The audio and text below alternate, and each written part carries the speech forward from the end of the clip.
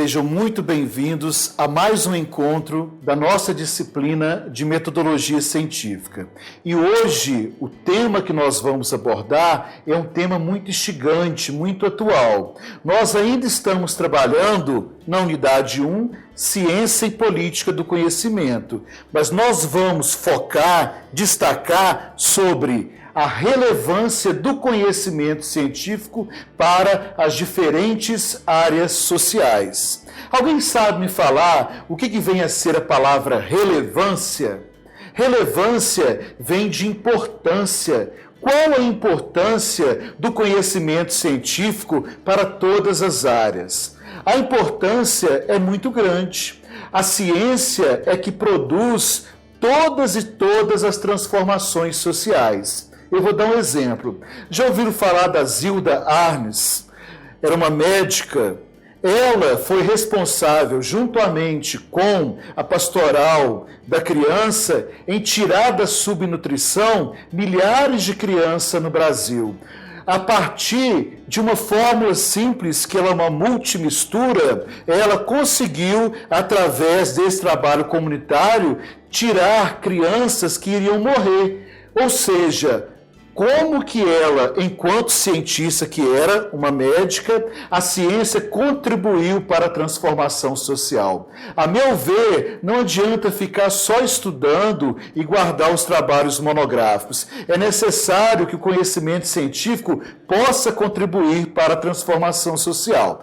Nesse sentido, o que torna a ciência tão produtiva? O que torna a ciência tão produtiva é a capacidade de muitas pessoas questionarem sobre a realidade. De repente, um medicamento novo que se precisa, de repente, uma técnica diferenciada, um novo modelo de carro, são os problemas que acontecem na realidade social que são responsáveis pela construção do conhecimento científico e pela importância do mesmo. Ou seja, a ciência tem por objetivo desenvolver perspectivas para melhorar a realidade social. Se você olhar ao longo da história da ciência, desde Freud, Marx, Weber, passando por todos os cientistas, todos eles tiveram uma questão incessante. Eles interrogavam a realidade social.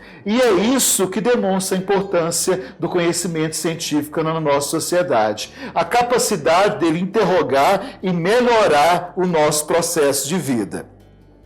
Alguns questionamentos ajudam a gente nesse sentido. A serviço de quem está a ciência? Ela deveria ter, por exemplo, um compromisso social? Esse é um debate que se faz muito. Quantos e quantos pesquisadores estão em contato com os índios, estão em contato com as populações carcerárias, estão em contato com as populações quilombolas, com os usuários de droga e fazem pesquisas maravilhosas, que se tornam políticas públicas. E aí, houve o compromisso social dessas pessoas estudadas? A meu ver, acredito que o caminho é aí. O cientista ele deve pesquisar uma realidade, construir o conhecimento e contribuir para a melhora das populações estudadas, como é o caso da medicina. Quantos médicos e farmacêuticos desenvolvem novas drogas que são responsáveis por resolver a vida de muitas pessoas. Então, esses questionamentos são de suma importância para que nós tenhamos em mente a amplitude do conhecimento científico. É só olhar para trás e ver o avanço que nós tivemos em muitos e muitos setores para poder perceber a relevância do conhecimento científico. Dando prosseguimento, nós vamos falar de uma relação muito conflituosa entre a ética e a ciência. Será que esses dois domínios, eles coexistem?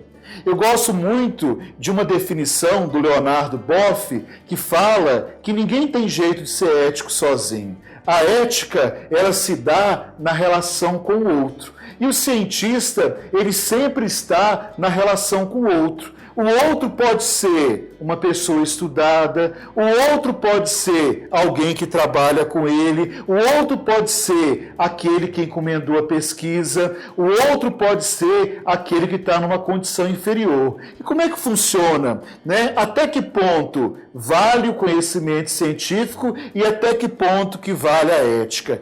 Quantas e quantas vezes nós nos deparamos nos jornais, na TV, na internet, com debates de pesquisas com célula-tronco que passam por uma ética e uma moralidade que pode ser revista. Aqui eu indico alguns pontos que são de suma importância para que nós possamos entender. O primeiro deles é o respeito às fontes.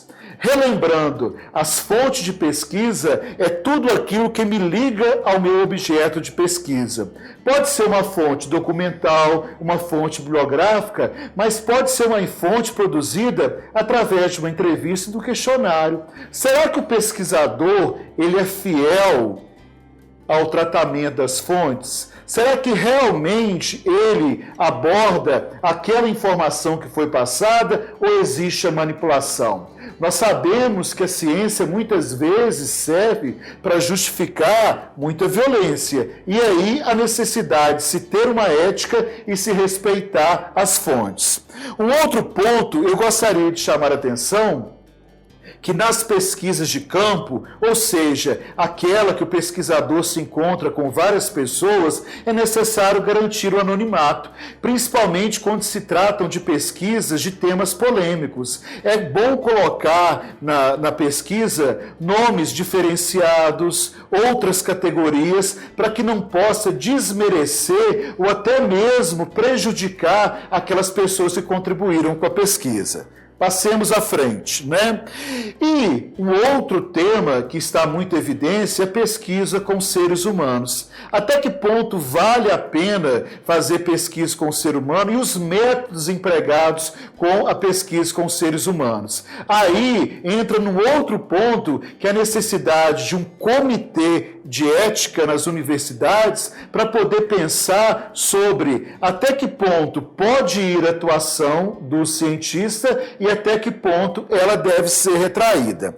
Honestidade e seriedade na busca da verdade. A ciência, o conhecimento científico, ele objetiva a verdade. Ele nunca deve se prestar ou se servir a mascarar as desigualdades e a violência. Muitos cientistas fazem isso.